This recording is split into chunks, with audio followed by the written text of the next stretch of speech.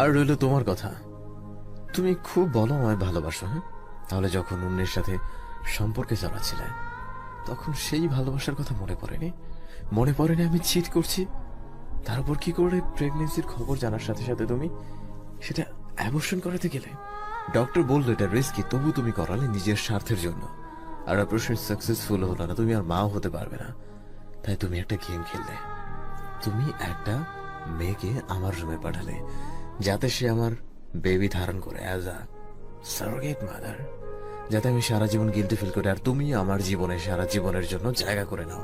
আর শুরুতে তাই হয়েছিল, আমি গিল্টি ফিল করেছি, আর তাই রুশিকে ভালোবাসা সত্ত্বেও তাকে নিজের থেকে দূরে সরিয়ে রেখেছি। তোমার কথা ভেবে যে তোমাকে হয়তো ভালোবাসি না, কিন্তু তাই বলে ঠকাতে পারবো না। কিন্তু ওই যে ভালোবাসা এমন একটা জিনিস যার থেকে দূরে থাকা যায় না, আর আমিও থাকতে পারিনি। I fall in love with Rushi, আর আমি তাকে স্ত্রী হিসেবে মেনে নিয়েছি। শান এবার চন্দ্রিকার দিকে ঝুঁকে বলল, ভাগ্য ভালো আমি তোমার মতো মেয়েকে ভালোবাসিনি, না হয় তোমার এই রূপ দেখে বড্ড কষ্ট পেতাম। ভাগ্য ভালো যে আমার রুমে ওই দিন রুশি ছিল, যে তোমার মতো স্বার্থপর নয়। থ্যাঙ্কস টু ইউ, আমি আমার লাইফে সত্যিকারের মানুষটাকে পেয়েছি। I am glad that she is my wife. সে তোমার ওয়াইফ হলে আমি কি? তুমি তোমার ওয়াদার কথা ভুলে গেছো শায়ান। তুমি আমাকে এভাবে ধোকা দিতে পারো না। প্রথমত, শুরু থেকেই তুমি আমার দায়িত্ব ছিলে, আর কিছুই না। আর ওয়াদার কথা বলছো তো, একটা ওয়াদার উপর ভিত্তি করে সারা জীবন থাকা যায় না। আমি আমার বাবা নই যে নিজের ঘরে স্ত্রী রেখে অন্য নারীর সাথে পরকীয়া লিপ্ত হবো। তাই এই ওয়াদার কোনো মূল্যই নেই যেখানে তুমি সেই মানুষই না যাকে আমি চিনতাম। আর ধোকা তো তুমি আমাকে দিয়েছ। আমি তো ঠিকই ছিলাম, কিন্তু রশিকে তুমি আমার জীবনে এনেছো, আর আমি তার জন্য শুকরিয়া আদায় করি। আর তোমার প্রেগনেন্সি, এটা তুমিও জানো আর আমিও জানি যে আমি তোমাকে কোনোদিন কিস পর্যন্ত করিনি। ছোঁয়া তো অনেক দূরের কথা, তুমি জোর করে 2-1 জড়িয়ে ধরলে আমি ছাড়িয়ে নিয়েছি নিজেকে। তাই বেবিটা আমার তো নয়, নাহলে বেবিটা কার? তোমার ওই প্রেমিকা নাকি অন্য কারো? চন্দ্রিকার মুখটা চুপসে গেল। জবাব দেওয়ার মতন আর কিছুই নেই ওর। শান যা বলেছে সব সত্যি, কিন্তু বেবির ব্যাপারটা ও নিজেও চায়নি বেবিটাকে মারতে, কিন্তু এছাড়া আর কোনো উপায় ছিল না ওর কাছে। ও বাধ্য ছিল সম্পূর্ণটা সময়। চন্দ্রিকার চোখ দুটো টলমল করে উঠল। তা দেখে শান ওর দিকে ঝুঁকে তাচ্ছিল্যের হাসি দিয়ে বলল, এবার বলুন মিস চন্দ্রিকা, আসলে ক্যারেক্টারলেস কে? আমি তোমাকে এসব বলে অপমান করতে চাইনি, কিন্তু বাধ্য করেছ আমাকে। আমি তারপরও সবকিছু ক্ষমা করে দিতাম, কিন্তু রুশি তখন আমার লাইফে ছিল, তাই ওকে ছেড়ে আমার পক্ষে কখনোই সম্ভব ছিল না। তাই অনেকদিন তো টানে ছিলাম। পরে যখন বুঝতে পারলাম রুশিকে ছাড়া আমার চলবে না, তখন চেয়েছিলাম তোমার দায়িত্ব নিতে। কিন্তু তুমি কি করলে? আমার স্ত্রীকে ড্রাগস দেওয়া শুরু করলে যাতে সবাই ওকে ভুল বোঝে। আর আজকে তুমি তাদের মেরে ফেলতে চেয়েছো। যদি আমি এটা আগে জানতাম তবে তোমাকে বাঁচাতে লোক পাঠানো তো দূরের কথা, আই উইশ তুমি মরে যেতে। আমি মরে গেলে তুমি খুশি হতে? অফকোর্স খুশি হতাম। তুমি স্ত্রী আর অনাগত সন্তানকে মারতে চেয়েছো, তোমাকে যে আমি এখনো মেরে ফেলিনি সেটাই অনেক। তুমি যে আমার সামনে সশরীরে দাঁড়িয়ে আছো তা নিয়ে শুকরিয়া আদায় করা উচিত নয়? But now we are even. তুমি আমার প্রাণ বাঁচিয়েছিলে, আর তাই আমি এখন তোমার প্রাণ নেব না। কিন্তু আজকের পর থেকে তোমার আর আমার কোনো সম্পর্ক নেই, দায়িত্বেরও না। আজকের পর যদি তোমাকে আমার সামনে দেখি তবে তোমাকে খুন করতে আমার হাত কাঁপবে না, ট্রাস্ট মি, একটুও না। নাও গেট আউট। পরের কথাটা চিল্লিয়ে বলল শায়ান, যাতে চন্দ্রিকা কেঁপে উঠল আর চোখের কোণে থাকা জল গড়িয়ে পড়ল। ও শায়ানকে ভালোবাসে না এটাও জানে, কিন্তু এতগুলো বছরে শায়ানের প্রতি মায়া জমে গেছে, তাই তো শায়ানকে মরতে দেয়নি, সকল কিছু ভেস্তে দিয়েছিল। শায়ান সবসময় ওর ভরসার জায়গা ছিল, তাই তো আজ ওই ফায়ারে আটকা পড়ার পর সবার আগে শায়ানকেই কল দিয়েছিল। শায়ানের এই ব্যবহারে অনেক কষ্ট লাগছে ওর, বুকের মাঝে তীব্র ব্যথা হচ্ছে। মায়া জিনিসটা হয়তো এমনিই বড্ড কষ্ট দেয়। এই যে ও ভাবতেই পারছে না শায়ানের সাথে আজকের পর থেকে আর দেখা হবে না, কিন্তু ও বুঝতে পারলো এখান থেকে আর কোনো লাভ নেই। আগে হোক পরে হোক, এক সময় না এক সময় শায়ানের জীবন থেকে ওকে যেতেই হবে, কিন্তু এত তাড়াতাড়ি হচ্ছে বলে হয়তো মানতে পারছে না। চন্দ্রিকা শায়ানের দিকে তাকিয়ে শান্ত স্বরে বলল, আমি জানি না তুমি বিশ্বাস করবে কিনা, তবে সব ঘটনার সাথে আমি জড়িত থাকলেও আজকের ঘটনা সম্পর্কে আমি কিছুই জানতাম না। আমি কখনো রুশি বা তার সন্তানের কোনো ক্ষতি করতে চাইনি। সে ড্রাগ শুধু ওকে খিটখিট করে দিবে। বাকি ওদের ক্ষতি করার ইচ্ছে আমার কোনোদিনই ছিল না। শুধু চেয়েছি তারা তোমাদের জীবন থেকে চলে যাক। আজকের ঘটনা আমার কোনো হাত নেই। যে নিজের সন্তানকে মারতে পারে সে সব করতে পারে। তুমি নিজের সন্তানকে রেহাই দিলে না, অন্যের সন্তানের প্রতি তোমার দরদ কাজ করবে কি করে? এর আগে আমি আমার কথা ফিরিয়ে নেই আর তোমাকে এখানেই শেষ করে দিই। Please go from here.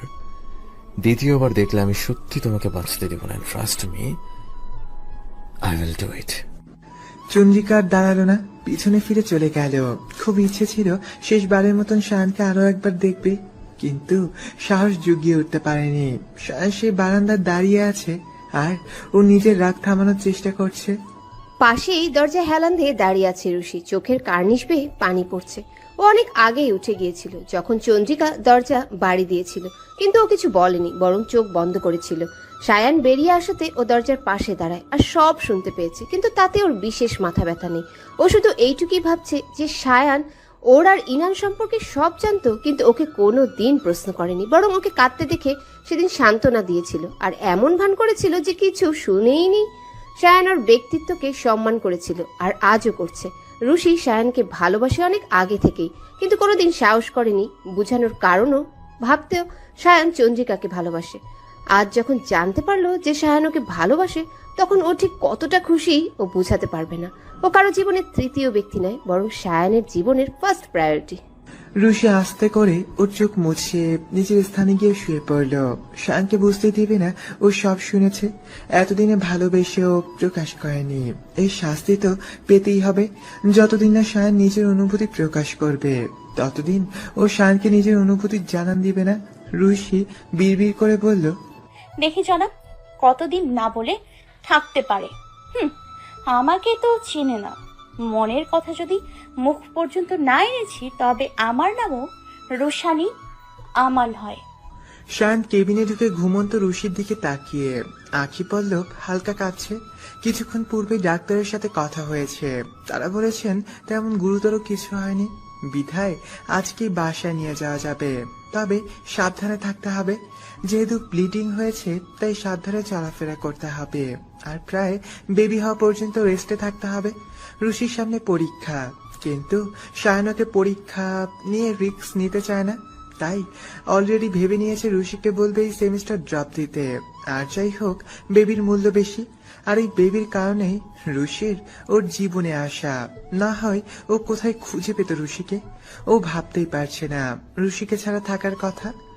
Shayan রুশির কপালে হালকা ঠোঁট ছোঁয়ালো, তারপর হাত চেপে ধরে বসলো। হঠাৎ ওর মাথায় কিছু একটা আসলো। ও ফোন বের করে বিভিন্ন অ্যাঙ্গেলে ছবি তুলতে লাগলো, কখনো চোখে তাকিয়ে থেকে, কখনো কখনো হাতে হালকা ঠোঁট ছুঁয়ে, কখনো বা কপালে। যখন ক্যামেরার দিকে তাকিয়ে রুশির গালে কিস করার জন্য এগোচ্ছিল, ঠিক সেই মুহূর্তেই রুশির চোখ মেলল আর শায়ান আটকে উঠল। হাত থেকে ফোনটা ফেলে দিল আর রুশির দিকে চোখ বড় বড় করে তাকিয়ে রইল। অপরদিকে রুশি ভ্রু কুচকে তাকিয়ে থেকে বলল, কি করছিলেন আপনি? কিছু না। হ্যাঁ, আমি তো জাস্ট ফোনে ফেসবুক স্ক্রল করেছিলাম, আর কিছু না। আপনার ব্যবহার কেমন যেন সুবিধার ঠেকছে না। মনে হচ্ছে চুরি করতে গিয়ে ধরা পড়েছেন। হোয়াট? তুমি আমাকে চোর বলছো? কোন অ্যাঙ্গেলে কেমন চোর মনে হয়? এত হ্যান্ডসাম একটা ছেলে কখনো চোর হয়? আমি কিন্তু আপনাকে চোর বলিনি, শুধু বলেছি চোরের মতো করছেন, কিন্তু আপনি তো দেখছি স্বীকার করে নিচ্ছেন। ব্যাপারটা হল না ঠাকুর ঘরে কি? আমি তো কলা খাইনি। আর আপনার অবস্থা দেখে বর্তমানে সব অ্যাঙ্গেল থেকেই আপনাকে চোর মনে হচ্ছে। আর রইল হ্যান্ডসাম হওয়ার বিষয়, মশাই আপনি নিজে একটু ওভার প্রশংসা করছেন না। আপনি হ্যান্ডসাম, এটা কে বলেছে আপনাকে? আমি তাহলে হ্যান্ডসাম নয়? তুমি বলতে চাচ্ছ আমি বাজে দেখতে?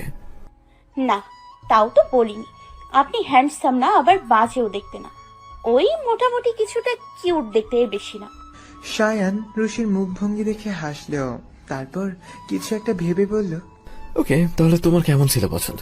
সামওয়ান হু ইজ হ্যান্ডসাম আর কিউট? ইট ডিপেন্ডস আমি তাকে আমার লাইফে কিভাবে চাই।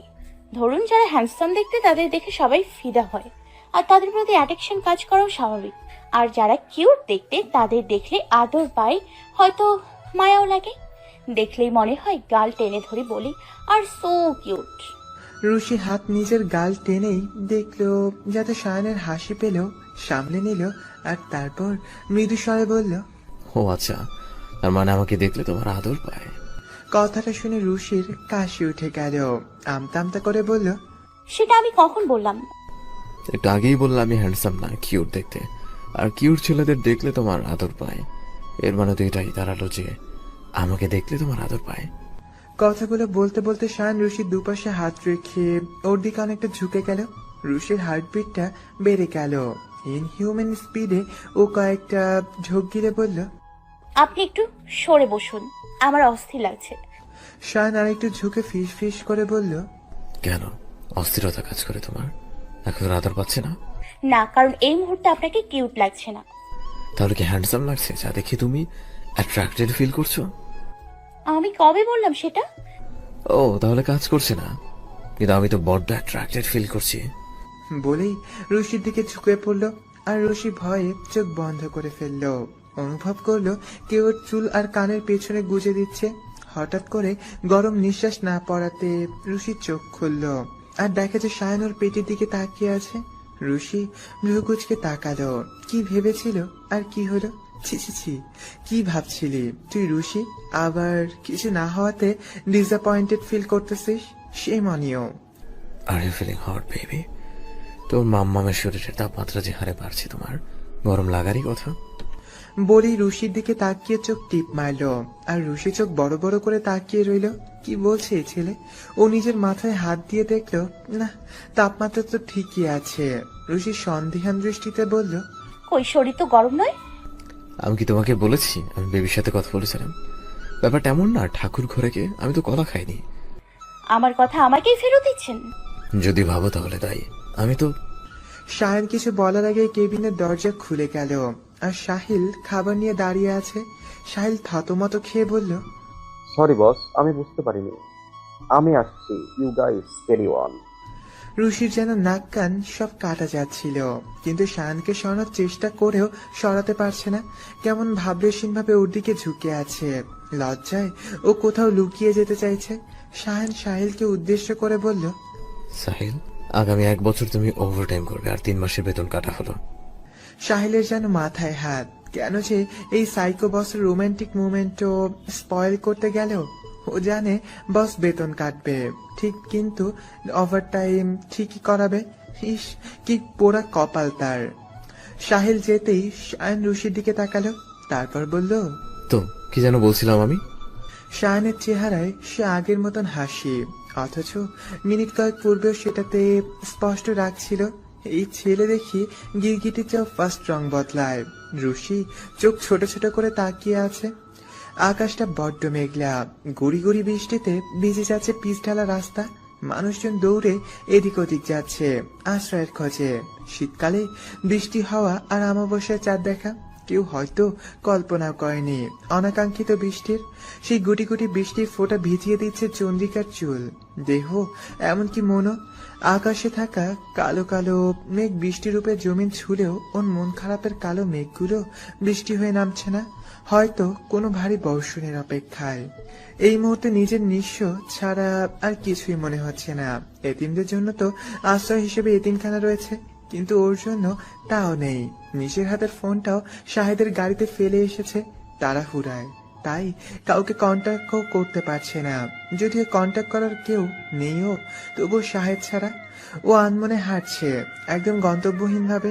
এই চলার না আছে শুরু, না আছে শেষ, তবুও চলছে অজানা পথে। চন্দ্রিকা আনমনে হাঁটলেও বেশ কিছুক্ষণ ধরে হর্নের তীব্র আওয়াজ ওর কানে আসছে, তাই ভাবলেশীন ভাবে সেদিকে তাকালো। আর একটা কালো কালারের গাড়ি দেখতে যা কিছুটা পরিচিত মনে হলো, কিন্তু পাত্তা না দিয়ে আবারও হাঁটা শুরু করলো। কিছুক্ষণ বাদে খেয়াল করলো গাড়িটা ওর সাথে স্লোলি চলছে আর অনবরত হর্ন দিয়ে যাচ্ছে। ও থেমে গেল আর সেদিকে জিজ্ঞাসা দৃষ্টিতে তাকালো। গাড়ির সামনের কাজ নামাতেই একজন সুদর্শন ছেলেকে সানগ্লাস পরে বসে থাকতে দেখলো সিটে। তার দৃষ্টি সামনের দিকে, যেন ওর দিকে তাকালেই পান খসে চুন পড়ে যাবে। এটা দেখে ওর প্রচন্ড মেজাজ খারাপ হলো। কিন্তু ঝগড়া করার মুডও নেই ও। তাই আবারও হাঁটা ধরলো। এতে যেন হর্নের আওয়াজ আরো বেড়ে গেল। চন্দ্রিকা বিরক্তি নিয়ে প্যাসেঞ্জার সিটে গিয়ে বসলো। কারণ এই ছেলেকে হারে হারে চিনে, যা একবার করতে চাইবে তা করেই ছাড়বে। তাই ঝামেলা করে বিশেষ একটা লাভ নেই। চন্দ্রিকার এইসব ভাবনার মাঝেই সে ওর দিকে ঝুঁকে গেল আর সিট বেল্ট বেঁধে দিল। চন্দ্রিকা নিজের অবস্থান থেকে একটু নড়লও না, যেন এমন কিছু হবে আগে থেকেই জানতো। চন্দ্রিকাকে স্বাভাবিক বসে থাকতে দেখিয়ে সে বাঁকা হাসলো, তারপর বলল, এখন আর আমাকে ভয় পাও না দেখছি। তোমাকে আমার ভয় পাওয়ার কোনো কারণ নেই শাহেদ। মানুষ ভয় পায় তখনই যখন তার হারানোর কিছু থাকে। আমার হারানোর কিছুই অবশিষ্ট নেই, তাই আমার ভয় পাওয়ারও কোনো কারণও নেই। না তোমাকে, না অন্য কাউকে। বাহ, বেশ কথা বলা শিখেছো দেখছি। আমি তো জানতাম তোমাকে যা শিখিয়ে দেওয়া হয় তাই শুধু বলতে পারো তুমি, নিজের থেকে তো তোমার বলার মতো কিছুই থাকে না। মানুষের একটা বটম লাইন আছে, সেটা জানেন? যখন দেয়ালে পিঠ থেকে যায় তখন আর পিছনে যাওয়ার সুযোগও থাকে না, বরং সামনের দিকে এগোতে হয়। আমারও সামনে অগ্রসর হওয়া ছাড়া আর কোনো রাস্তা নেই। কেন? তোমার সায়ান তোমাকে নিজের কাছে রাখেনি, ছুঁড়ে ফেলে দিয়েছে? অথচ তোমার মতো মেয়েকে এর থেকে বেশি আর কি করা যায়? সায়ানের লাইফে যে তুমি ফার্স্ট প্রায়োরিটি নও সেটা তো বুঝেই গেছো। তবে আমি তোমার জীবনের সেকেন্ড অপশন হয়েই রইলাম। যেমন তোমার কল লিস্টের মতো সবার আগে কলটা সায়ানের কাছে দিয়েছিলে তুমি। চন্দ্রিকা জবাব দিল না, বলার মতন কিছুই নেই। তার শাহেদ দের তাচ্ছিল্যের হাসি হাসলো, তারপর বলল, আর আমাকে দেখো, এত কিছুর পরও তোমাকে একা ফেলে যেতে পারিনি। 3 বার গাড়ি স্টার্ট দিয়েও যায়নি, বরং এভাবে বসেছিলাম যে যদি সায়ান তোমাকে কোনো ব্যবস্থা না করে দেয় তাহলে তুমি কোথায় যাবে। What full I am!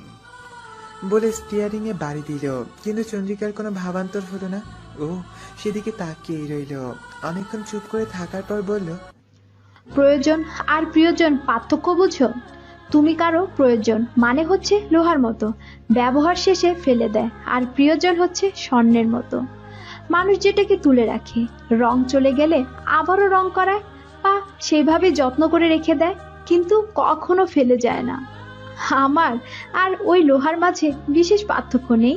আমি সবার প্রয়োজনই ছিলাম আজীবন, কিন্তু কারো প্রিয়জন হতে পারলাম না।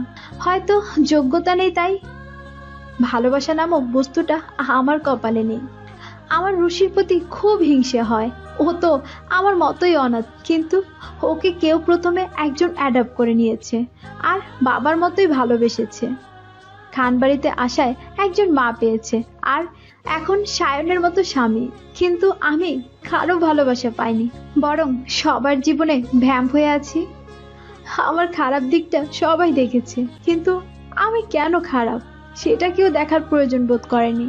মাঝে মাঝে মনে হয় সুইসাইড করলে হতো, সব মিটে যাবে, কিন্তু পারি না। বাঁচার বড্ড লোভ আমার। সুইসাইড করতেও সাহসের প্রয়োজন হয়, সেইটুকু সাহসও আমার মাঝে নেই। আমি জাস্ট এক পশুর ভার।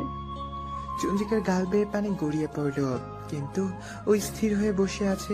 কিছুক্ষণ চুপ করে থেকে বলল, কিন্তু এসব কিছুতে আমার দুঃখ ছিল না যদি আমি আমার বেবিকে বাঁচাতে পারতাম। কিন্তু এত কিছু করার পরও আমি কেন ওকে বাঁচাতে পারিনি বলতে পারো? সায়ন বলেছে আমি নারী হিসেবে কি করে রুশিকে একটা ছেলের রুমে পাঠালাম, কিন্তু আমাকেও যে একইভাবে পাঠানো হয়েছে তার বেলা। আমি কি কাউকে বলতে পেরেছি? রুশি তো জানে যে ওর সন্তানের বাবা সায়ন, সায়ন ওকে বিয়েও করেছে, কিন্তু আমি তো জানি না ওই দিন ওই বন্ধ ঘরে কে ছিল। সেই শিকলে বেঁধে রাখা অবস্থায় কাটানো রাত সম্পর্কে আমাকে কেউ জিজ্ঞাসা করেছে? না, করেনি। কারণ আমি তো কারো প্রিয়জন নই, প্রয়োজন। যাকে প্রয়োজন ফুরিয়ে যাওয়াতে অস্তিত্ব বিলীন করে দেওয়ার চেষ্টা আছে সবাই। শাহেদ চন্দ্রিকার দিকে তাকালো, তারপর বলল, তুমি নিজ থেকে অবসর করাওনি। তোমার কি আমাকে এতটাই জঘন্য মনে হয় যে মা হিসেবে নিজের সন্তানকে মেরে ফেলবো? অ্যাবর্শন করার থাকলে তো প্রথম মাসেই করিয়ে ফেলতাম, দীর্ঘ 4টা মাস লুকিয়ে রাখতাম না সবার থেকে। যাই হোক, আমাকে নিজের সাথে নিচ্ছ, আমাকে দিয়ে তোমার কোনো কাজ আসবে না। এর চেয়ে ভালো দূরে থাকো আমার থেকে। আমি কি করব না করব তার জ্ঞান তোমার থেকে নিব না। চুপচাপ বসে থাকো আর একটা কথাও বলবে না। পারলে একটু ঘুমাও, ভালো লাগবে। এত কেয়ার করে মনে মিথ্যে আশা জাগাবেন না মিস্টার সাহেব। ছুঁড়ে ফেলে দিলে বড্ড কষ্ট পাবো, যদিও কেউ মানুষ ভাবে না আমায়। সবকিছু নিয়ে এত মাথা ঘামাও কেন তুমি? চোখ বন্ধ করে ঘুমানোর চেষ্টা করো, ওকে? চন্দ্রিকার কথা বলল না, কথা বলার শক্তি নেই ওর। ধীরে ধীরে কোন সময় ঘুমিয়ে পড়লো ওর জানা নেই। রুশি আর সায়ান বাসায় হ্যালো বন্ধুরা, পরবর্তী পার্ট খুব তাড়াতাড়ি আসবে, তো সবাই অপেক্ষায় থাকো। আর চ্যানেলটি যারা এখনো সাবস্ক্রাইব করনি তারা পরবর্তী পার্ট দেখার জন্য চ্যানেলটি সাবস্ক্রাইব করে রেখো। ধন্যবাদ সবাইকে, আমাদের সাথেই থেকো।